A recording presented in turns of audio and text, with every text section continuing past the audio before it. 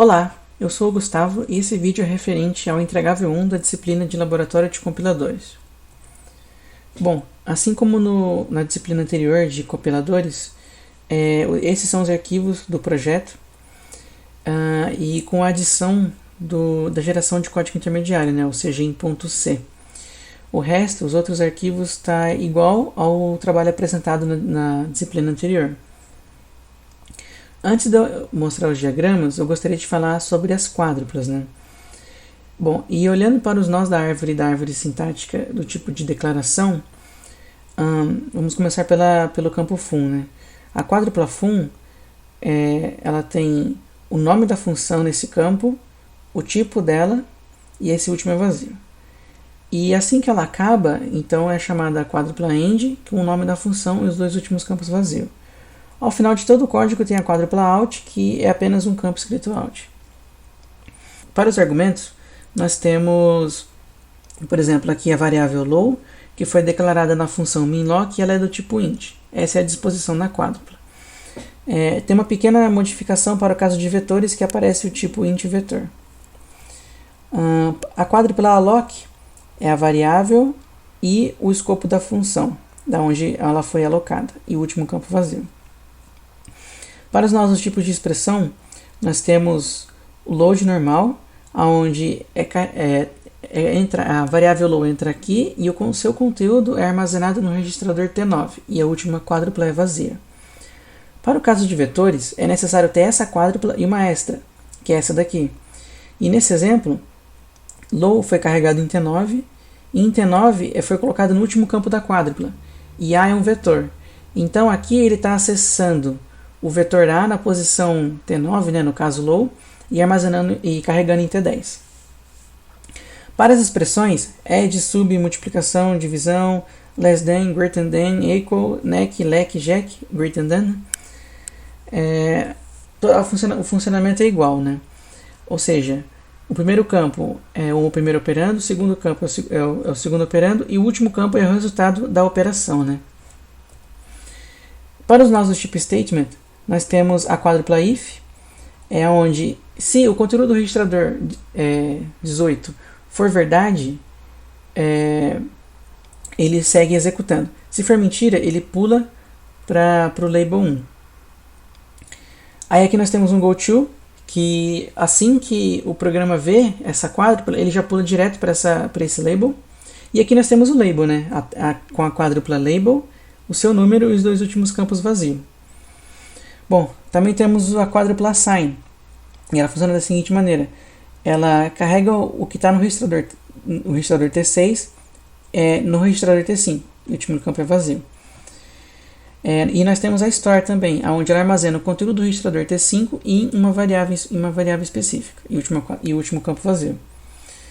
Aqui nós temos o hat, né, que é o retorno das funções.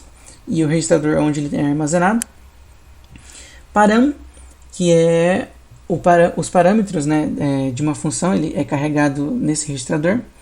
E a chamada, né, call. Nesse exemplo aqui, ele está dando call na função minlock e ela tem 3 parâmetros e o retorno dela é para ser armazenado no registrador T56, nesse exemplo, né. Para o módulo de análise, nós temos aqui esse diagrama de blocos, aqui recebendo o código a ser compilado e dividindo entre o analisador léxico, sintático e o semântico, né. E aqui nós temos o diagrama de atividades da fase de análise. Eu não vou explicar ele porque esse conteúdo já foi explicado no trabalho final da disciplina anterior de compiladores. Já na fase de síntese, esse é o diagrama de blocos. Ele está bem simples ainda porque ele só tem o código intermediário, ainda não possui os módulos para gerar o assembly e nem o binário. Agora eu vou explicar sobre o diagrama de atividades da fase de síntese. Bom, a função main, ela chama a função de gera o código intermediário, né? Então aqui na função main, ela chama a função gera código e recebe a árvore sintática. Aqui, aí vamos para o código cgin.c, né? Esse gera código, ele inicializa uma pilha vazia para poder armazenar as quádruplas, né? E chama a função recursiva cgin, mandando a árvore. E aqui está a função cgin. Vamos voltar lá para o diagrama de atividades. Bom, Nessa função cgen, ela seleciona os 3 tipos de nó da árvore, né? Declaração, expressão ou statement. E escolhe esse nó, né? Então vamos lá, aqui ó, ele seleciona os tipos, né? Declaração, expressão e statement. E para isso ele chama a respectiva função delas, né? E elas estão declaradas aqui para cima. Vamos vir aqui. Expressão. Declaração. E statement. E para cada uma delas, aqui no diagrama, ela escolhe o tipo de nó e monta a quádrupla. Então aqui ela está montando a quádrupla. E salva na lista. Porém, para salvar na lista, foi feita uma função auxiliar chamada salva quádrupla, que ela apenas trata a conversãozinha para char, né? Porque no caso aqui ele tem que juntar um registrador, né? Que no caso é um char, com um valor numérico, né? Que é um inteiro. Então essa função ela trata de converter para tudo para char e salvar na lista encadeada. Depois ele printa a quádrupla e verifica se a árvore está vazia. Se não, ele chama a função recursiva novamente. E nós podemos perceber isso nesse condicional aqui, né? Se a árvore não for vazia, aí ele continua executando. E por fim, quando ela for vazia, ela encerra a execução. Vamos agora executar o algoritmo GCD. Para isso, vamos executar o script run.sh, que são esses comandos inseridos no terminal. Vamos lá então.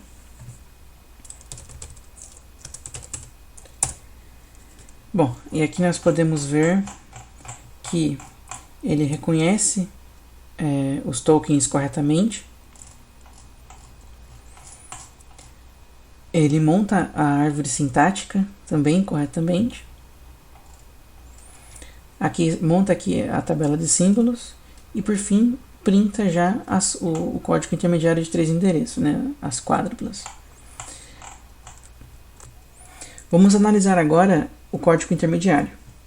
Bom, podemos ver aqui que ele declara a função corretamente. Vem para cá.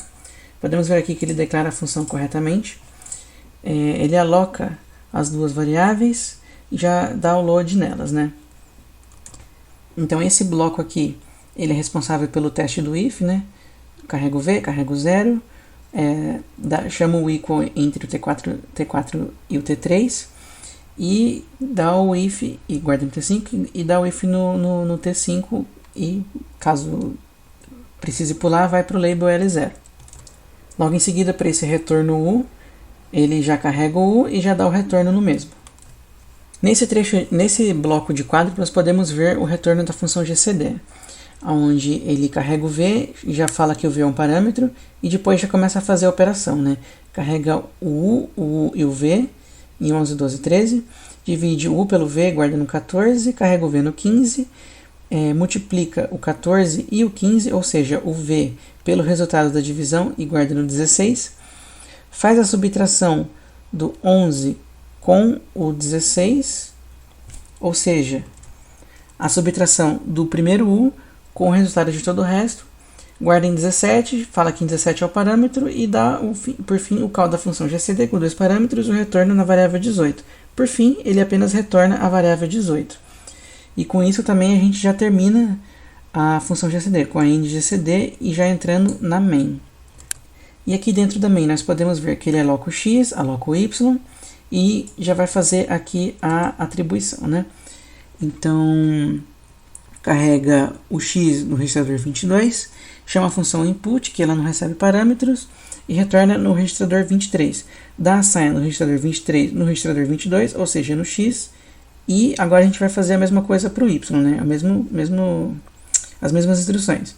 Carrega o y no 25, chama a função input e o seu retorno vai ser no 26, dá assign no 26 no 25, que é o y, e dá store do 25 no y, né? Ou seja, guardando no y.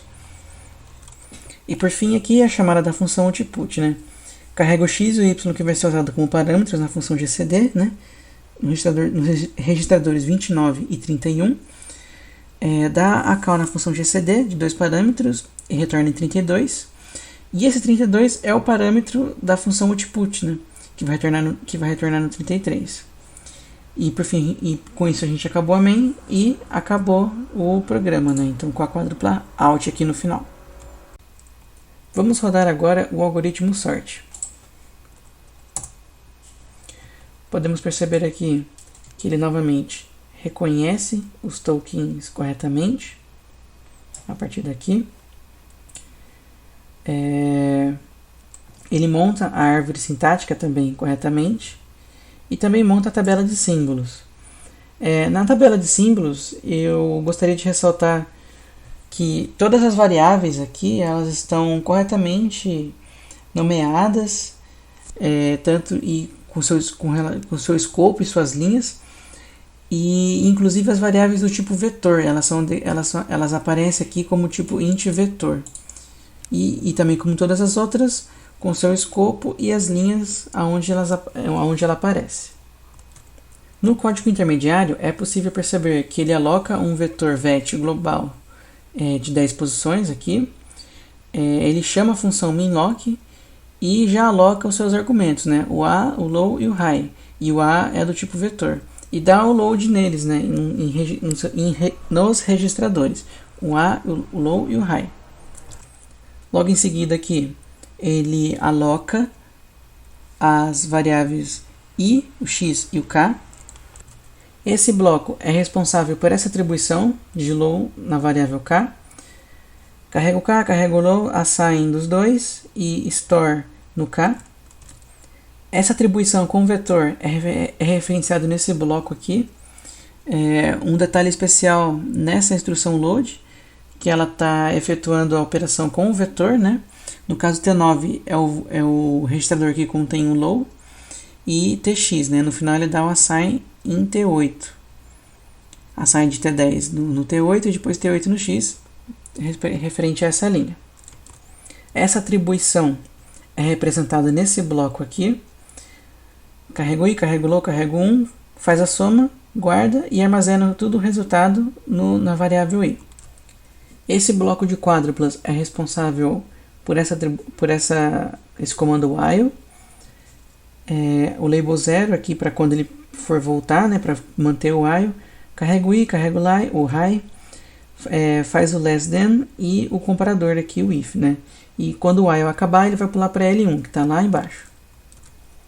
Esse bloco é responsável por essa linha do if com o vetor A comparando menor que x. Carrega o i, carrega o vetor A naquela posição, carrega o x, faz o comparativo entre o 20 e o 21, salva o 22 e faz o if no 22. Quando falhar, for mentira, pula direto para o label 2. Logo em seguida, essa atribuição é perceptível nesse trecho de código, também já bem trivial a esse momento da explicação. Load, load, load, o último para o vetor assign store. A mesma coisa para essa atribuição k igual a i. Carrega o k, carrega o i, assign, store. Load, load, assign, store. Logo em seguida, essa soma é representada nesse trecho. Load, load, load, add, assign, store. E por fim, o retorno, né, da função, que é o return k. Aqui, ó, ele carrega o k no 35, retorna 35 e termina a função minlock. Em seguida, ele entra na função sort, com os argumentos a, low, high, carrega os argumentos a, low, high e as variáveis i e k, que estão representadas aqui. Novamente, esse bloco representa essa atribuição simples, load, load, assign, store. Essa linha do while é representada nesse conjunto de quádruplas, né? Carrega o i, carrega o high, carrega o 1, faz a subtração, verifica se é menor e se não for, pula para o L5. Continuando, carrega a variável t. Essa linha da chamada da função minlock guardando em k é representada nesse trecho aqui. Carrega o a, é parâmetro, carrega o i, é parâmetro, carrega o high, é parâmetro, chama a função minlock de 3 argumentos com retorno no registrador 56, dá assign no registrador 56 no 49 e por fim dá store do 49 no k. Analogamente, essa atribuição do vetor A na posição k em t pode ser visto aqui, carrega o a, carrega o k, carrega o vetor da assign e da store e na variável t. Analogamente à instrução anterior, as próximas duas linhas são representadas nesse bloco de quádrupla. E por fim, a última linha da função sort é representada nesse trecho aqui. Carrego i, soma, assign, store. E com isso terminamos a função sort e começa a função main. Já podemos ver, ele aloca, por enquanto ele está alocando o void, também aloca a variável i, e em seguida faz essa atribuição, carrega o i, carrega o 0, assign um i store, super simples. Essa linha do while é representada nesse bloco de quádruplas. Essa linha da chamada da função input no vetor na posição i é representada nesse trecho. Essa atribuição simples, do incremento da variável i está presente nesse trecho de quádruplas. A chamada da função sort com esses parâmetros podem ser vistos aqui. Carrega o vetor vet parâmetro, carrega o vetor 0 parâmetro, carrega o número 0 parâmetro, carrega o número 10 parâmetro, chama a função sort de 3 argumentos com retorno no registrador 97. Em seguida, mais uma atribuição simples de i igual a 0 nesse trecho. Mais um while presente nesse trecho. A chamada da função multiput com o vetor na posição i nesse trecho. E por último, novamente o incremento simples da variável i, aqui nesse trecho. E com isso a gente termina todos os whiles e também termina a função main e também todo o programa. Considerações a serem feitas sobre esse código intermediário é que ele ainda não está totalmente otimizado. Pode ser visto isso no uso excessivo de registradores, terminando o programa com o uso de 112 registradores no total. Porém, posteriormente isso vai ser otimizado ainda junto com o binário do assembly. Isso é tudo, obrigado por terem assistido e até a próxima.